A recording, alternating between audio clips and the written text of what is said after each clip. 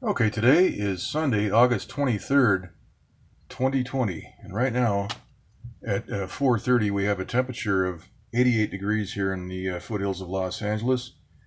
The dew point is 68 degrees, so it's very muggy.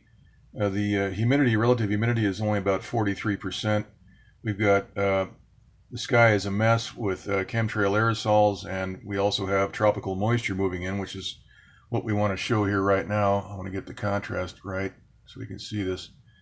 Okay, so right here is the remnants of what was Hurricane Genevieve. This storm was moved right up the Baja coast. It was superheated and blown apart, and we're still seeing the remnants of this weather system developing and moving right through Southern California as this low pressure continues to spin offshore of the Southern California area. So the last several days we've had a lot of chemtrail aerosol spraying.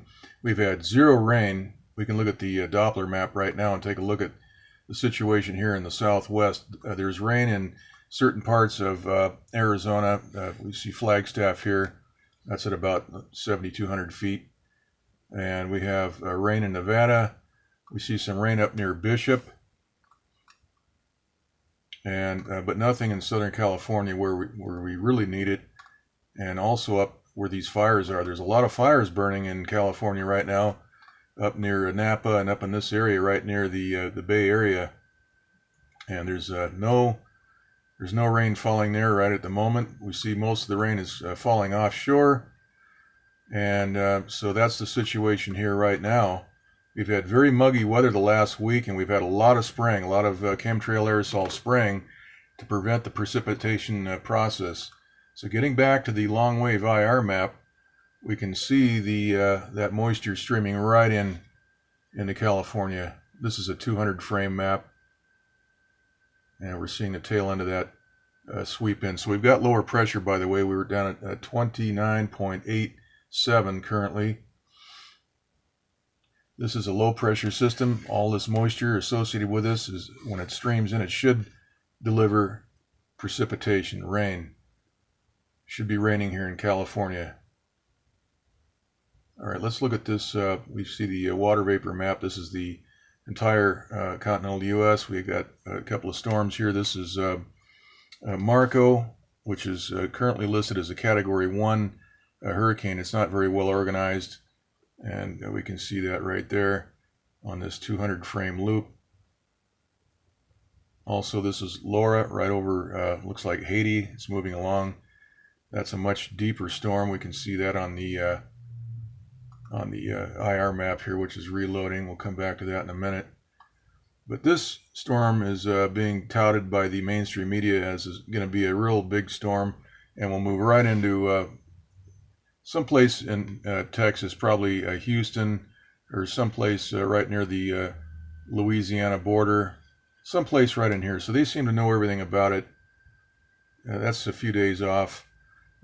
Right here, this is Marco. This is forecasted to move into Louisiana, of all places. It looks like it's going to move right into Florida, maybe the panhandle, but and we can see a bit of a blast pattern occurring there on that western side, and we see a lot of diminishment. So there is some half-assed effort being made to superheat this storm, but the mainstream media has tipped their hand, and they have they're giving us clues as to what may happen. So looking at the water vapor map, we don't see much organization here. If we look at the Hurricane Center map, we can see that that's not loaded either. Let's take a look at the meantime at this is the long wave IR map for the continental U.S. We see Laura down here, very deep water vapor, a column of water vapor there right over Haiti. This is supposed to skirt Cuba on the south side. So if any rotation develops on this storm, and if this develops into a major hurricane or even a Category 1 or 2, it's going to do some damage along that southern coast of Cuba. And of course, we've got very warm waters here in the Gulf of Mexico up in the mid 80s. So it's like a bathtub right here. So actually all through this area, it's very warm water. So we'll keep an eye on what happens here with Laura. this will probably become a hurricane fairly soon. Looking at the hurricane map here, there we go. Okay, so we've got Laura showing with sustained winds of 60 miles per hour, pressure of 1,000 millibar, and this is moving west-northwest at 21 miles per hour. West-northwest is sort of in that direction right there. So, and then we have Marco, which is listed as a Category 1, right at 75 miles per hour. The sustained winds with a pressure of 991 millibar, and this is moving north-northwest at 13. And so we'll keep an eye on Marco and Laura. Laura's the big one that everybody on the media is talking about. And remember, those of us that have been watching the weather, there was a period of 10 years, 10 solid years, where there was not a major hurricane in the Gulf of Mexico. And that was probably because these Gulf states were all paying their hurricane dues, their hurricane insurance dues. And as soon as the word got out about how our weather is being manipulated, things started to change. And so we're seeing storms, hurricanes moving right into the Gulf of Mexico. Before, every single one of these things was being targeted and wiped out. And the HARP report guy is the one who has been was covering that extensively here a few years ago. But everybody should remember that 10 years went by. That proves that is a huge piece of evidence right there, that for 10 years there was not a single major hurricane. We saw one tropical storm form here about 2 or 3 years ago. I think it was 3 years ago. I think it was Tropical Storm Bill and maybe Rita. But there was only, tropical storms. These were not hurricanes like this one here. This is a CAT1. This one here is forecasted to be a major hurricane, CAT3, Category 4 maybe. We'll see what happens. This is very warm water, and we'll keep an eye on both of those.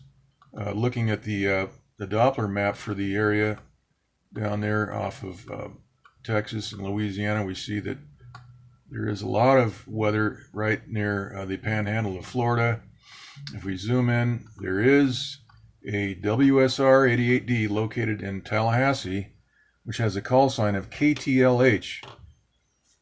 Now, these transmitters broadcast high output microwave power, and they broadcast that high power, and so they're therefore they must have an FCC license to broadcast at high RF output.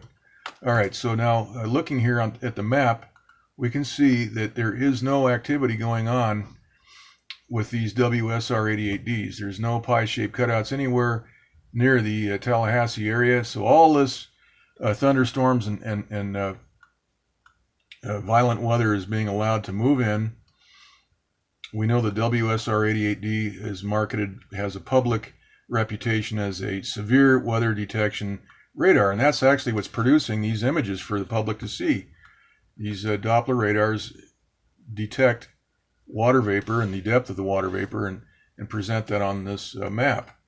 The other side of this radar capability, the transmitter capability of these WSR 88Ds, is that they can broadcast and beam high energy microwave right into the incoming moisture field, and you'll see these pie-shaped cutouts, which all originate to the point where this transmitter is located. In this case, it's in Tallahassee. KTLH is the call sign. You can look that up on Wikipedia or Google and find all the information on all these transmitters and their locations. And so these ground transmitters, in conjunction with the satellite transmitters, have been able to engineer droughts in various areas around the country, mainly in Southern California where we live. We've been following the drought situation from about 2013 onward, and we started making these videos in 2015 when it became just painfully obvious what was going on. And of course, the mainstream media, everyone that watches the mainstream media weather knows that they don't discuss the chemtrail activity, the spraying.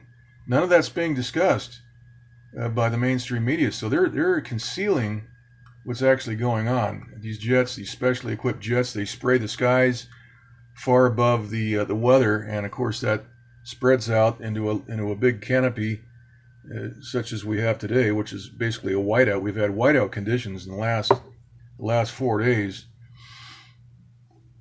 And that stops the precipitation process, because you've got to have two components for precipitation. You have to have lift, number one, and number two, moisture. So we've got the moisture moving in, as we can see right here, into California. We've also got monsoonal moisture right over here from Arizona, which has been drifting in. But all these thunderheads have been targeted, and they're superheated. The tops of the cumulonimbus development is the portion that is superheated. They're not heating the entire cloud formation. There was a shill on our channel. We had to boot him or her off, trying to invalidate all the work that we've done on this channel to bring this manipulation to everybody's attention.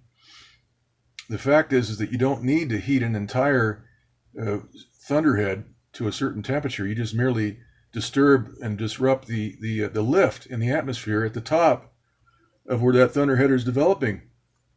And once you do that, the formation will collapse, and there will not be any precipitation resulting from that. So I ask everybody to keep an eye on these thunderheads when you're outside. Watch them, and you'll see exactly what we're talking about. You see a sort of a saucer-shaped expanding ring at the very top where they target that area. And when that happens, you see the collapse and you see the shredded appearance, and there's no rain, no thunder, and no rain. So that's what happens. That's what's been happening. All right, so the water vapor map here for the continental U.S., we can see once again Marco, which is fairly disorganized. This has been targeted. We're just going to have to let things unfold and see what happens next. But this is the one that we're going to keep an eye on. Laura has been touted by the mainstream media as going to be a superstorm, so we'll keep an eye on that. And that's basically the report for today. And we'll just leave it right here. Okay, that's it.